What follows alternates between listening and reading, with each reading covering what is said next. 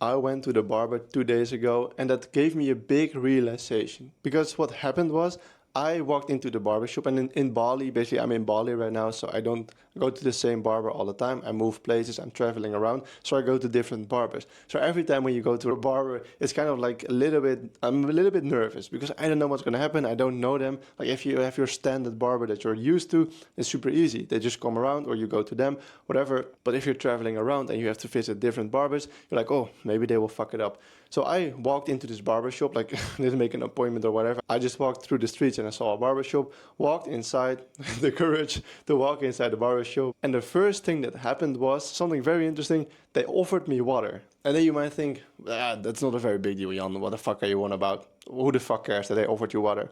Well, obviously in Bali it's always 30 degrees and especially during the day, like when the sun is out, it feels a lot warmer. So when you're coming off the streets, you are probably quite dehydrated. So if you come into the barbershop and they offer you water, that is actually a quite nice gesture to get. Like, okay, yes, I was kind of dehydrated, so I'm kind of happy that they gave me some water. So I sat down, I drank my water, and he asked me what I wanted. I told him like, okay, let me do a fade here, whatever. I have no idea what I'm doing. I just want a fade because it looks clean. For the rest, I have no idea what I'm doing with my hair. I don't really care. As long as it looks kind of good and the girls like it, then I'm happy. I don't really care. So he starts cutting my hair, and I noticed one thing. He does a very specific like line with a fade because obviously you need like it's short here and it's getting longer and longer till the part where you want to keep it because I want to grow the top of my hair, I want to grow it out. So then he has to do a fade till here. And I've never seen someone so precisely working on the fade. Like I think it took like 20 minutes for the whole haircut. Some people could say, oh, that's a waste of time, but I liked it because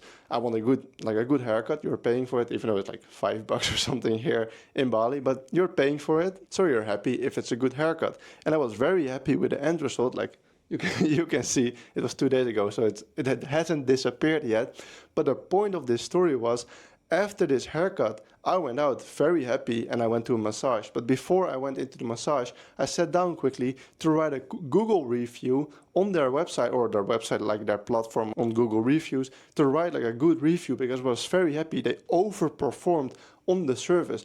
Like they didn't have to give me water. They didn't have to put a lot of effort into the fade. They could have done it very easily. Like, oh, just a white tourist, just give him a quick fade and let him go away because they don't pay big money or whatever. Just let him go. But these guys put in extra effort. They even made pictures for their Instagram and everything. So I got the full service. And like you might think, how is this relevant? But that is how you get tips. Same thing yesterday. I went with a taxi driver to a new place. I'm here in a new place now in Bali. I'm traveling around, like I already said, seeing some different places and also different Airbnbs, and I'm now in a new one. And that made me think, like, how could a taxi driver deserve a tip, basically? Well, they can ask you to confirm where you're going. First thing, they can also offer you water. You can just have like a tray of water as a taxi driver in your car. That's not a big deal. You can do that. Then you can ask someone who enters the taxi, like, what kind of temperature do you like in this taxi? Because in this case, it was like quite a long drive, like 30 minutes. So you can ask, like, what kind of temperature do you want? And then you can even make sure to tell anyone who enters the taxi, like, where the charging spots are, because most, like, people that are traveling need a charger, or like at least a USB spot where they can put in their charger. Tell them, like, okay, you can charge here, you can adjust the temperature here, I can put off the music if you want, like everything. And then if you leave, you were like, whoa, that guy was nice. That guy put in extra effort to make me comfortable, and now I'm gonna write a good review and give him a tip. But it's not hard to overperform. It's so easy in this economy to overperform against everyone. No one puts in effort these days. But for that barber guy, for example, he put in the extra effort, so I gave him a tip and I wrote a good review on his Google page, because now someone that is looking for a barber around Canggu, that's the place where I'm staying in Bali, he will see that one with a better, higher review than it was before, and he will think, oh, I'm going there as well. Because this guy had a nice experience, I'm going to go there as well. But it's only because he put in extra effort that he didn't have to give me water. He didn't have to make those pictures and give me the pictures. He didn't have to do anything like that. But that is a way to deserve the tip and to deserve the good review, because then it's justified. If they asked you to leave a review when you leave the barbershop, for example, then they can quickly ask you, hey, can you maybe write a review if you like this stay? Then you can say, yeah, they deserve it because they put in extra effort. But it's so easy these days to outperform everyone because most people won't put in any effort. This is also what I did when I signed my second client ever for entrepreneurship. It was a Dutch e-commerce client. And basically what I did before we went on the first call, I went on Miro Board. That's a website on the internet that you can basically basically put thumbnails with some text. You can basically make like a small visual. And I put his thumbnails, his old thumbnails with his old titles, and I transformed like 4 or 5 of his videos into new packaging. He didn't ask me to do this. I wasn't even hired at all. He didn't give me any money yet. I did this out of myself. I made this Miro board. I think it was 3 or 4 videos. I don't know for sure, but whatever. And I put an old thumbnail with an old title, and I transformed them into new packaging, what I would do, what would look better. And then when the first conversation that we had, the first Zoom meeting, I showed them this, like, okay, I already made this. This is what I want to do with your channel. And I already outcompeted everyone else that was like trying to get this job. No one did any work prior. I did work prior. I really wanted that job because it was my second entrepreneurship job ever. I really wanted it, so I put in extra effort. And that's just the entrepreneurship mindset, I guess. This is what I'm continuing to do over the rest of my whole entrepreneurship career, probably.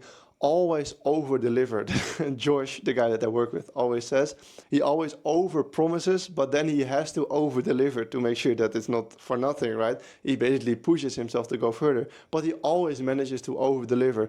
It's better to under-promise and over-deliver than over-promise and under-deliver. Even if you do more in the second thing, like when you over-promise and under-deliver, even when you do more in that case, it's better to under-promise and over-deliver, because then people are like, oh, nice, I didn't expect that. Obviously, if it's such a service level, then they're probably going to be mad. But in general, if you're over-delivering, people are always going to be happy, even if it's in the fucking taxi. You can be easily the best taxi driver in Bali. Like put a small camera on the top of your taxi. Ask everyone when they're joining, like, hey, where are you going? Like a very quick, like 15, 30-second conversation. By the way, this is getting filmed for my Instagram. Are you okay with that? Yes or no? Okay, can I adjust the temperature? Do you want some specific music? Or do you not want to talk? Like, do you want to put in your AirPods and just listen to your own music, whatever, like all these small little things, and then you will leave a review, you will tip those people, and then suddenly you're the best taxi driver of Bali. It's super easy. Everyone just does the bare minimum.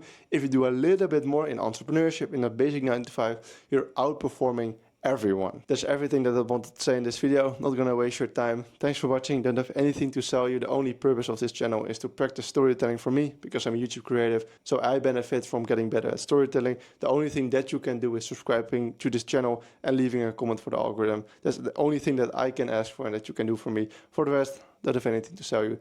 Thanks for watching, and I'll see you in the next video. Bye.